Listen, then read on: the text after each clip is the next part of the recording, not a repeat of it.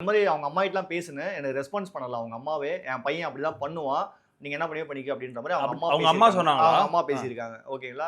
சரி ஓகேம்மா அவங்க நம்பர் குடுங்கம்மா அப்படின்னு சொல்லிட்டு பேசும்போது, நான் கால் பண்றேன் எடுக்கவே இல்ல. ட்ரூ காலர்ல என் பேரு காமிச்சுதா இல்லையான்னு தெரியல. எனக்கு கால் பண்ண எடுக்கவே இல்ல. சரி ஓகேன்னு சொல்லிட்டு நான் என்ன பண்ணேன்னா, இருக்கிற எவிடன்ஸ் மட்டும் வச்சுக்கிட்டு ஸ்டோரி போட்டேன். டிசம்பர் வந்து ஸ்டோரி போட்டேன். இந்த பையன்கிட்ட யாரெல்லாம் ஏமாந்தீங்களோ எனக்கு வந்து டிஎம் பண்ணுங்க அப்படின்னு சொல்லிட்டு ஸ்டோரி போட்டிருந்தேன். போட்டதுக்கு ஒரு 40 பேர்கிட்ட வந்து அப்பவே எனக்கு போட்ட ஒரு 1/2 மணி நேரத்திலேயே வந்துட்டாங்க.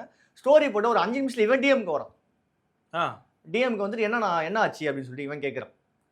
நான் என் நம்பரை கொடுத்துட்டு கால் பண்ணுறேன் தம்பி அப்படின்னு. நான் அவங்ககிட்ட பேசின ஃபுட்டேஜ் என்கிட்ட டோட்டலாகவே இருக்குது. என்ன 13 நிமிஷம் அவங்ககிட்ட ஃபோன் கால் பேசினேன். டோட்டலாகவே அந்த இது வச்சிருக்கேன். ஃபர்ஸ்ட் ஏமாந்தாங்க, 40 பேர் ஏமாந்துருக்காங்க. இந்த என்ன ஏமாந்தாங்க, என்ன காரணம், என்ன வேலை ஆக்சுவலி? ஒரே வழியில போல ஏமாத்துறதுக்கு 1000 ரூபா கொடுத்தா 4000 ரூபா கொடுப்பேன்ற மாதிரி ஒரு ஸ்கேம். மொபைல்ஸ் சேல்ஸ் பண்றேன்ற ஒரு ஸ்கேம். மூணாவது வந்து எனக்கு அம்மாவுக்கு உடம்பு சரியில்லை.